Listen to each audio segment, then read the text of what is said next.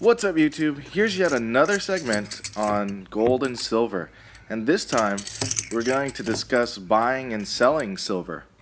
I'm sure most of us assumed that we would have had low prices for the near future with all the talk of $800 gold and sub $10 silver, $8 silver and whatnot. But that crystal ball seems a little blurry because gold went up quite a bit and so did silver.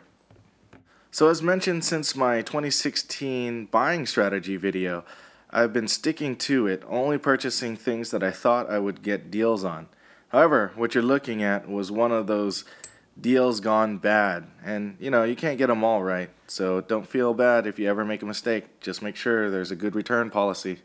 Quick corrective action is one of those things that's very important to me, to make sure that the stack stays liquid and profitable just in case I do need to liquidate at any time, or at least that I maintain pieces that'll be valuable in the future. When I talk about liquidation, I don't necessarily mean I need to liquidate right away. I don't need the cash all the time, but I like to know that I can get the cash and what my options are in maintaining premium and also what the best outlet is. The best example I can think of is having your money in a bank and being able to tap it from the ATM, the teller, or online banking, and knowing that it's always available to you. So one of my lessons was I made this table on how to convert different denominations or different dollar amounts that I wanted to liquidate just in case I needed to get some money out, and the fees associated with it. If you take a look at the table, you'll see that I have three basic outlets: dealers, online or local, forums, and eBay, and the fees associated with them. If you want to take a look later on, you could always pause the video and look at the fees associated. When I do sell metals, a few things I learned is the best place and the next best place to sell, as well as the worst place to sell. Here you can see that I have 1 ounce, 5 ounce, and 10 ounce. And in the next sheet, you'll see that I moved to 10 ounce with an eBay store, which has lower fees, and also moving into gold, like 1/10 ounce gold, premium versus bullion like the 1/10 ounce eagle, and just a 1 ounce gold eagle. Each table has a realistic sale price with at the price of spot where it was you could sell it at, the fees associated with selling, and also the shipping involved if there was shipping. Right underneath that is the net take, or the dollar amount that you would get after the sale and after all fees. Right below that is dollar per ounce relative to spot after sales proceeds.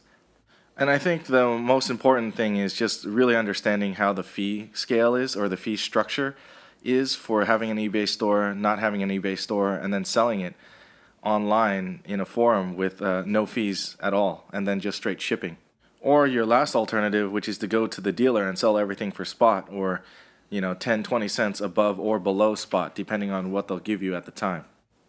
So my basic assumption is that eBay fee is 10% and PayPal fee is 2.9%, and the shipping cost is fixed based on weight. I didn't break down my sheet too much into detail because these are all part of the things or the lessons that you'll need to discover when selling your metals, and you need to determine for yourself where is best for you, because it could be local, it could be not, it could be online. It all really depends. The important thing is that you know how to move your stack around, realign your stack, and adjust it as you need to. Because when you need $100, $200, $500, or $1,000, which is usually the case considering this is savings, then it's good to know how to move your stack around and maintain the premium so that you could readjust and say, on a GSR move it into gold, or move it into platinum, rhodium, whatever. Doing this kind of exercise helps you determine how much your net take is on anything that you sell, and helps you figure out what type of transaction size do you like. For me, I don't like to do 1 ounce silver coins because it's a lot of time, and between a 1 ounce coin and a 10 ounce bar, it's the same amount of work with less risk, because the bar doesn't have to worry about getting scratched or anything like that. It just ships, and it's the same amount of work as one coin, but I get 10 times the amount of value. There are exceptions like the 1/10 ounce with premiums, or these Morgans with higher premiums, which is why you see me looking at them. So if you like, please comment, like, and subscribe.